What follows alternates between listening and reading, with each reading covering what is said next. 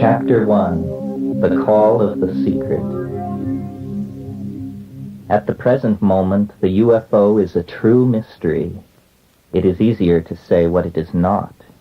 Much of my thought of the dozen years past has been name-making and contemplation. Closely guarded by the chaotically jeweled angels, every angel is terrible, wrote Rilke, and at once sacred and profane, the UFO rises in my life as it may at some future point in human history. I have chosen a literary approach. The UFO is master of place and space, time and spirit, yet search for a simple form to convey this brought me to follow tradition, to write a chronological narrative. In early February of 1971, I was passing through southern Colombia on my way with my brother and friends to an expedition into Colombian Amazonas. Our route led us through Florencia, the provincial capital of the Departamento of Caquetá. There we paused a few days, awaiting an airplane to carry us to our embarkation point on the Rio Putumayo, a river whose vast expanse is the border between Colombia and her two southern neighbors, Ecuador and Peru. The day was especially hot, and we had left the oppressive confines of our hotel near the noisy central market and bus station. We walked southwest, out of town, perhaps a mile. Here were the warm waters of the Rio Hacha, across rolling pastures of tall grass. After swimming in the river, playing in deep pools the warm torrent had carved in the black basaltic stream bed, we returned through the same meadows. One more familiar than I with the appearance of Stropharia cubensis pointed out a single large specimen standing tall and alone in an old bit of cow manure. Impulsively and at my companion's suggestion, I ate the whole mushroom. It all occupied but a moment, and then on we trudged, tired from our swim, a tropical thunderstorm moving toward us along the eastern edge of the Andean Cordillera, where Florencia is located. For perhaps a quarter hour we walked on, mostly in silence. Wearily I hung my head, almost hypnotized by the sight of the regular motion of my boots cutting through the grass. To align my back, to throw off my lethargy, I paused and stretched, scanning the horizon. The feeling of the bigness of the sky that I have come to associate with psilocybin rushed down on me there for the first time. I asked my friends to pause and sat down heavily on the ground. A silent thunder seemed to shake the air before me. Things stood out with a new presence and significance. It came like a wave and passed like a wave as the first fury of the tropical storm burst over us, leaving us soaked. In the sodden retreat, the brief moment preceding our frantic withdrawal went unmentioned by me. I recognized my experience as being induced by the mushroom, but I was involved, I thought, in a deep jungle search for hallucinogens of a different sort, orally active DMT-containing drugs, and yahe and its admixture plants. I filed the mushroom experience as something to look into another time. Longtime residents of Colombia assured me that the mushroom occurred exclusively on the dung of Cebu cattle, and I assumed that in the jungle of the interior, where I was shortly to be, I could expect no cattle or pasture.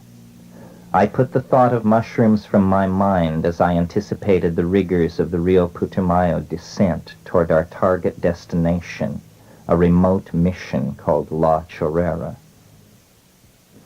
Why had people like ourselves come to the steaming jungles of Amazonian Colombia? We were a party of 5, bound by friendship, extravagant imagination, naivete, and a dedication to travel and exotic experience. Eve, our translator, was the only member of the group not long an acquaintance of us all. She was an American like ourselves who had lived several years in South America and had traveled in the East, where I had passed her once in the Kathmandu airport, another story. In Colombia, she was recently free of a long relationship and fell in with our group, having nothing better to do. She and I were lovers of some 2 weeks when we arrived at La Chorrera. The other 3 members of our party, besides myself, were my brother, the youngest and least traveled of us, a student of botany and a colleague of long standing; Vanessa, an old school friend of mine from the Experimental College in Berkeley, trained in anthropology and photography and traveling on her own; and Dave, another old friend of mine, a gay meditator, a maker of pottery, an embroiderer of blue jeans, and like Vanessa, a New Yorker. As for myself, just 4 months before this trip, my brother and I had endured the grief of the death of our mother.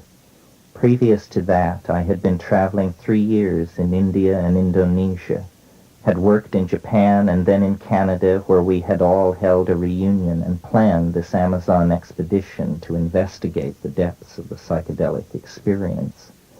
I deliberately do not wish to say much about any of us. Let me say, though, that we were miseducated, perhaps, but well-educated, certainly. Our differences arose out of the faith that each had in his own ability to understand the situation correctly. Often these descriptions did not agree, as is a common enough situation among strong personalities or witnesses to an unusual event. We were complex people, or we would not have been doing what we were doing. None of us were yet 24 years old. We had been drawn together through the political turmoil that had characterized years shared in Berkeley. We had sorted the ideological options and had decided to put all of our chips on the exploration of the potential of the psychedelic experience as the shortest path to the sort of millennium that our radical politics had taught us to hope for. We had no very good idea at all about what to expect from the Amazon. We had collected as much ethnobotanical information as was available. This data told us where the various hallucinogens were to be sought, but not what to expect when we found them. I have given some thought to trying to reconstruct how predisposed we might have been to our eventual experiences. I find in a letter written 11 months before our expedition that Dennis was even then the person with the clearest conception. He wrote to me in China in May of 1970 to say, "As to the central shamanic quest and the idea that its resolution may entail physical death, indeed a sobering thought, I would be interested in hearing just how likely you consider this possibility and why. I had not thought of it in terms of death, though I have considered that it may well give us, as living men, willful access to the doorway the dead pass daily. This I consider to be a kind of hyperspatial astral projection that allows the hyperorgan, consciousness, to instantly manifest itself at any point in the space-time matrix, or at all points simultaneously. A UFO is essentially this hyperspatially mobile psychic vortex, and the trip may well involve contact with some race of hyperspatial dwellers. Probably it will be an encounter similar to a flying lesson, instruction in the use of the transdimensional stone, how to navigate in hyperspace, and perhaps an introductory course in cosmic ecology tending. Retention of the physical form under such circumstances would be, it seems, a matter of choice rather than a necessity, though it could be a matter of indifference, since in the hyperspatial web all existing physical manifestations would be open. I would say that time is not of the essence for the venture, except insofar as the culture deaths of the tribes we are seeking are proceeding at an appalling rate.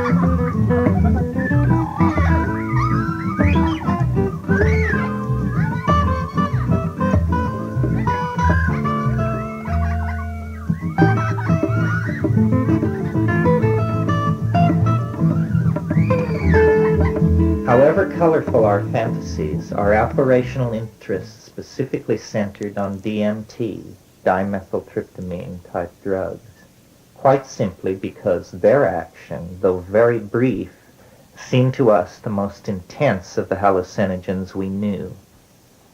DMT is not an object of common experience, even among drug enthusiasts, and so a word must be said about it.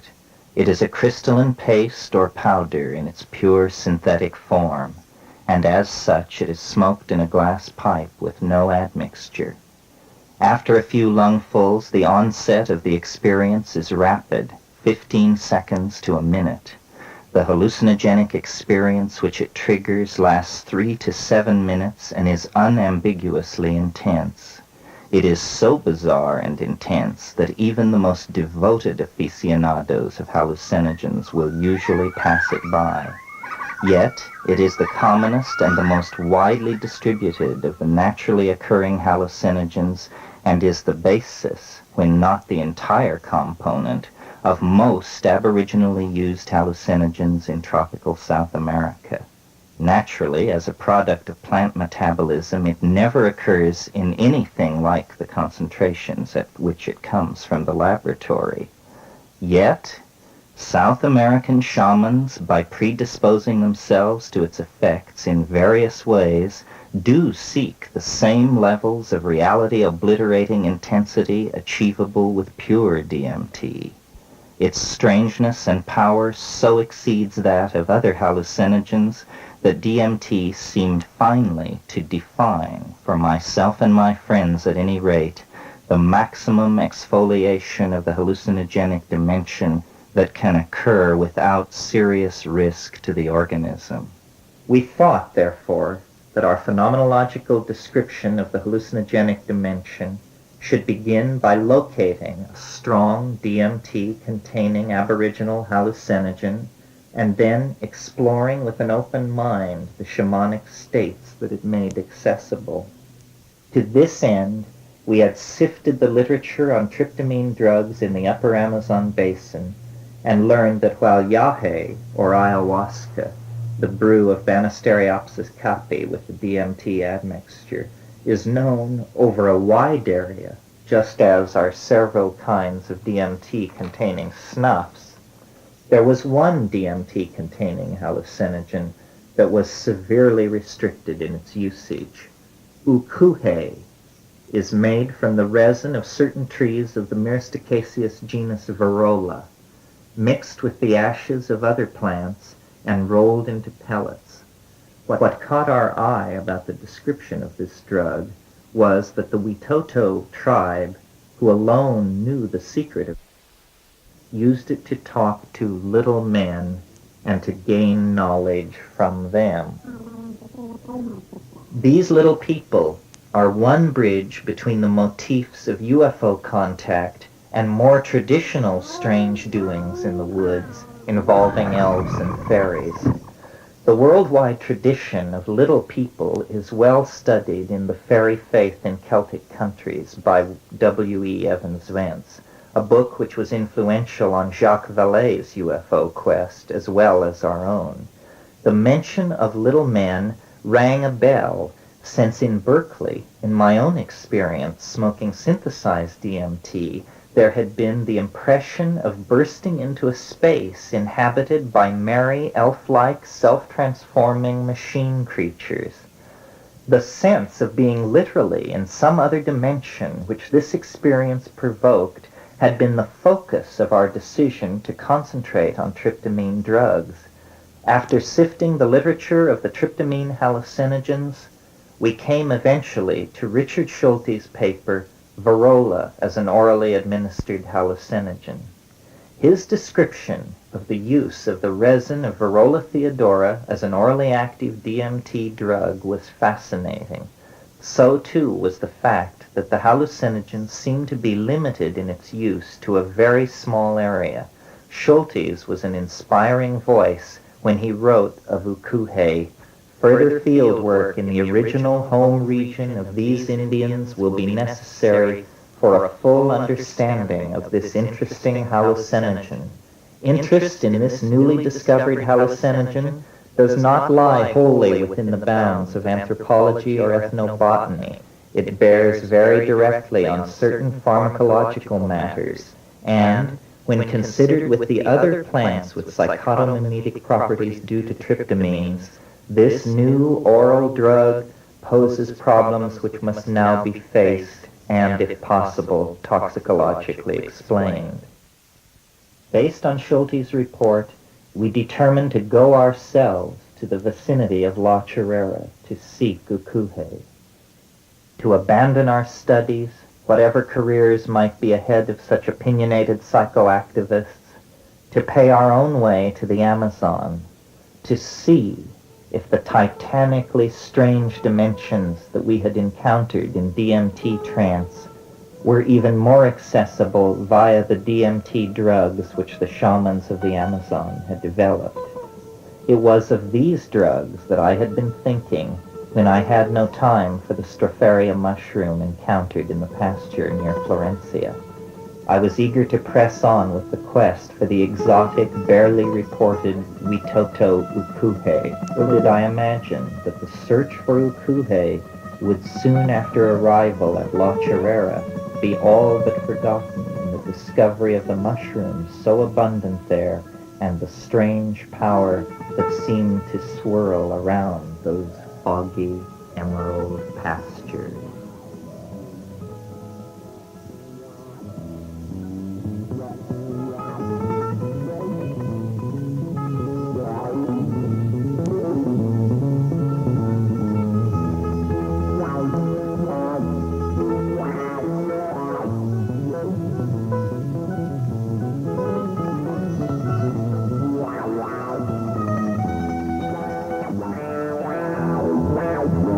My first intimation of La Chorrera as a place different from other places came when we arrived at Puerto Leguizamo, our proposed point of embarkation down the Rio Putumayo. It is a place to be reached from Florencia and the rest of Colombia by airplane, as no roads make their way through the jungle to it. It is as tired and oppressive a South American river town as one could ever hope to see. William Burroughs passed this way in his search for Yahe in the 50s. He described it then as looking like some place after a flood. It has changed little. We were barely installed in our hotel and returned from the ritual registration of foreigners that goes on in the frontier areas of Colombia, when the matron of the hotel informed us that a countryman of ours was living nearby. It seemed incredible that an American could be living in such an out-of-the-way and thoroughly rural river town in Colombia. When La Señora remarked that this man, El Señor Brown, was very old and also a black man, it all became even more puzzling. My curiosity aroused, I left immediately in the company of one of the loutish sons of the hotel woman. New dimensions were added as we walked along. My guide could hardly wait for us to get out of the door of the hotel before informing me that the man we were to see was mal y bizarro. El Señor Brown es un sanguinero. Un sanguinero, dice. I did not believe it for a moment. The horror that the rubber boom brought to the Amazon Indians in the early years of this century has lived on, a memory for the oldest people and a terrifying legend for the younger Indians. In the area surrounding La Chorrera, the Huitoto population had been systematically reduced from 40,000 in 1905 to about 5,000 today. I could not imagine that the man I was to meet had any real connection with those distant events. I suppose that this story I was hearing meant that I was to meet a local boogeyman around whom extravagant stories had grown up. We shortly reached a ramshackle and indistinguished house with a small yard hidden behind a tall board fence. My companion knocked and yelled, and soon a young man, similar to my guide, came and opened the gate. My escort melted away and the gate closed behind me. A large pig lay in the lowest, wettest part of the yard. 3 steps up was a veranda. Up on the veranda, smiling and motioning forward, sat a very thin, very old, much wrinkled black man, John Brown.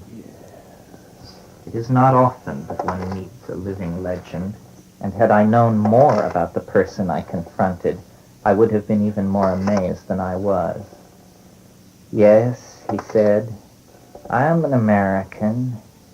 Yes, hell yes, I'm old, 93 years old. Me history, baby, so long." He laughed dryly, like the rustle of roof thatch when tarantulas stir. The son of a slave, John Brown had left America in 1885, never to return. He had gone to Barbados and then to France.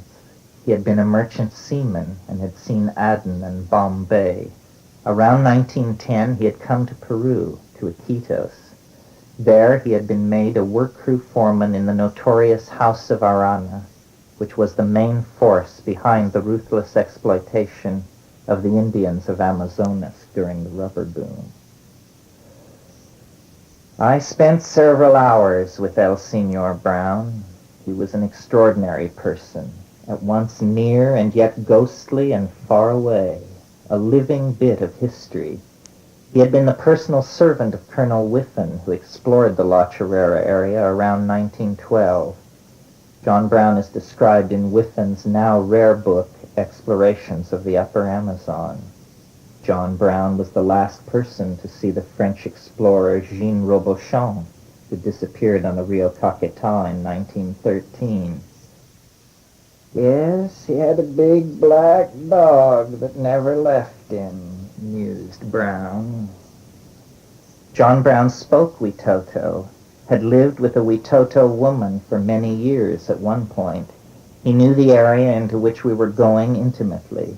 He had never heard of Ukuhe, but in 1915 he had taken Yahe for the first time, and at La Chorrera. His descriptions of his experience was an added inspiration to continue toward our chosen goal. It was only after I returned from the Amazon that I learned that it had been this same John Brown who had exposed the atrocities of the rubber barons in the Putumayo when Roger Casement, then the British consul in Rio de Janeiro, came to Peru to investigate the atrocity stories. It was John Brown who returned to London with Casement to give evidence to the Royal High Commission investigation. José Estación Rivera, a Colombian historian, has told the story differently and implicates Brown in the murders, thus providing the basis for the Sanguinero story.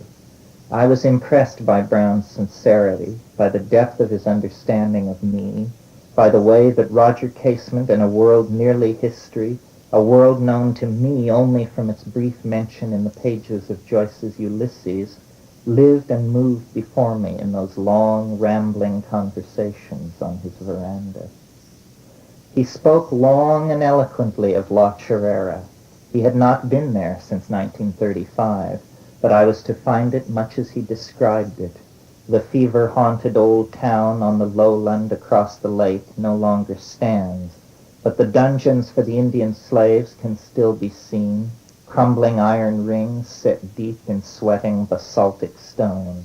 The House of Arana is no more, and Peru long ago abandoned her rights to the area of Colombia. But the old town of La Chorrera is ghostly indeed, and so is the broad trail, or trocha, that we would shortly use to walk the 110 kilometers that separate La Chorrera from the Rio Putumayo. Up to 20,000 Indians gave their lives to push that trail through the jungle. Indians who refused to work had the bottoms of their feet and their buttocks removed by machete. Walking those gloomy, empty trails, one seems often to hear the grumble of voices or the rustle of chained feet.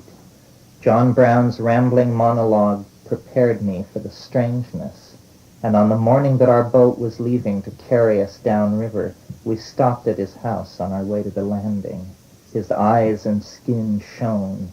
He was the gatekeeper of the platonic world downriver from Puerto Leguizamo, and he knew it. I felt like a child before him, and he knew that too. Bye-bye, babies, bye-bye, was his dry farewell.